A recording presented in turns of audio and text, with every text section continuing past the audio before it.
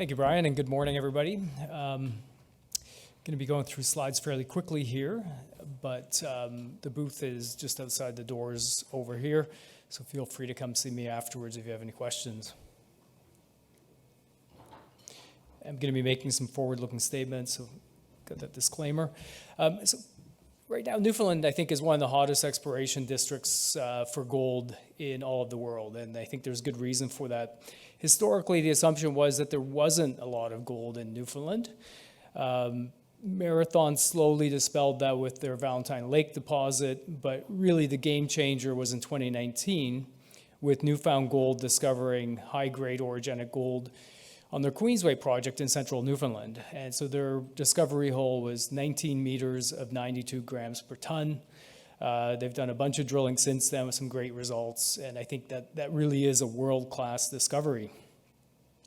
So what we did when we saw the early results of Queensway is we were early movers, and we put together a large land package to the south of Queensway, so it's south central Newfoundland, and we've got over 774 square kilometers.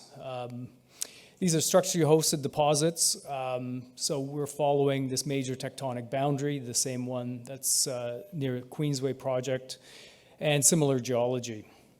So a very favorable setting for gold. There hasn't been a lot of gold exploration on these claims, and some of the claims have seen none at all. So there's a lot of work to be done, but also a lot of room for discovery.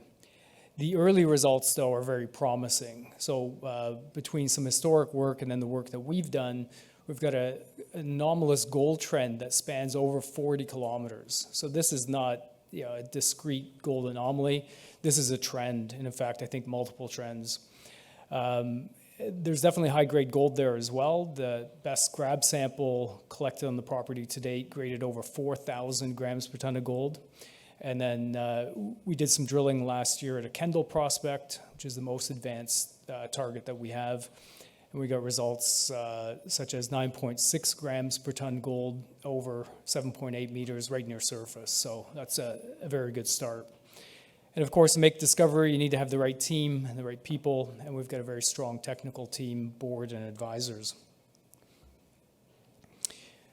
Obviously, I'm biased towards Newfoundland, but if you take it from the Geological Survey of Canada, what they said is the central Newfoundland gold belt is emerging as the next significant mining and exploration jurisdiction in Canada.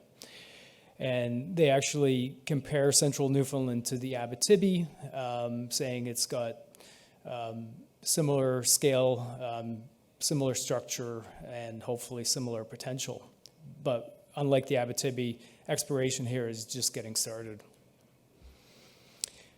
This is kind of a busy slide. This is in the big claim package that we have. This is the central portion. There's actually a highway that cuts right through the middle of this. There's power nearby, so the access is very good. But the reason this slide is busy is these boxes are the targets that we've currently identified, and so there are a lot of targets.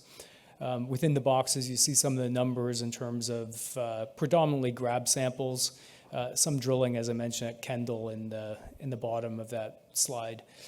But when you take all of this together, that's the 40-kilometer trend. And in fact, I think it's a couple of different trends that follow these regional faults, which are the black lines on here. And then the triangles and the circles here indicate gold anomalies. And you can see, especially at the bottom of this slide, there are a lot of them.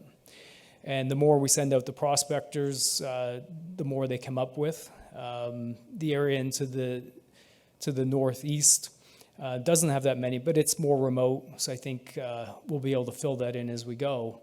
And then the other thing is right now, at the beginning of this year, we've had the team out in helicopters looking at the further southwest and western claims. And so I'm pretty confident that the 40 kilometers of strike are actually going to get bigger. So bottom line, a lot of gold, multiple deposits potentially. Just to focus on what we did last year, we spent $2.5 million in exploration. We had some good results. So at Kendell, drilling, as I mentioned, 9.6 grams over 7.8 meters. We've done another round of drilling since then, so I think we've extended that and it's still open. The other really interesting thing last year is we discovered a boulder that graded 289 grams per ton of gold. And it was pretty angular, so the source is nearby, and we're hoping to find the source of that. One of the things we've done to try to narrow in on where potentially this boulder and other things came from is we've done till sampling, which we got good results from, and then one sample particularly had 502 gold grains, which is very, very anomalous, and that has opened up a new area.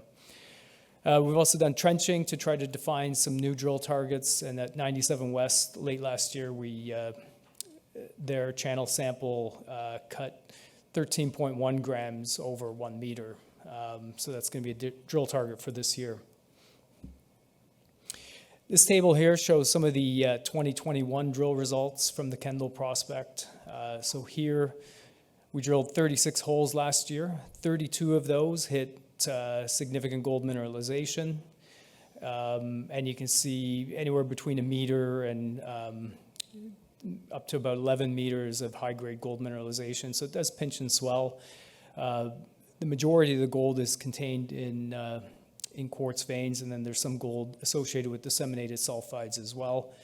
The system is shallow dipping to the northwest, and so basically what we've done is we identified it in the trench at surface, and then we've been stepping out and following that just to understand it better and see how deep it goes. But these systems can go hundreds of meters, if not kilometers deep, the way they're formed. They're deep crustal scale systems. And what we're looking for here is zones where you get either multiple veins, so broader intercepts due to dilation, for instance, where you get intersection of faults, or higher grade zones as well, like they have up at Queensway.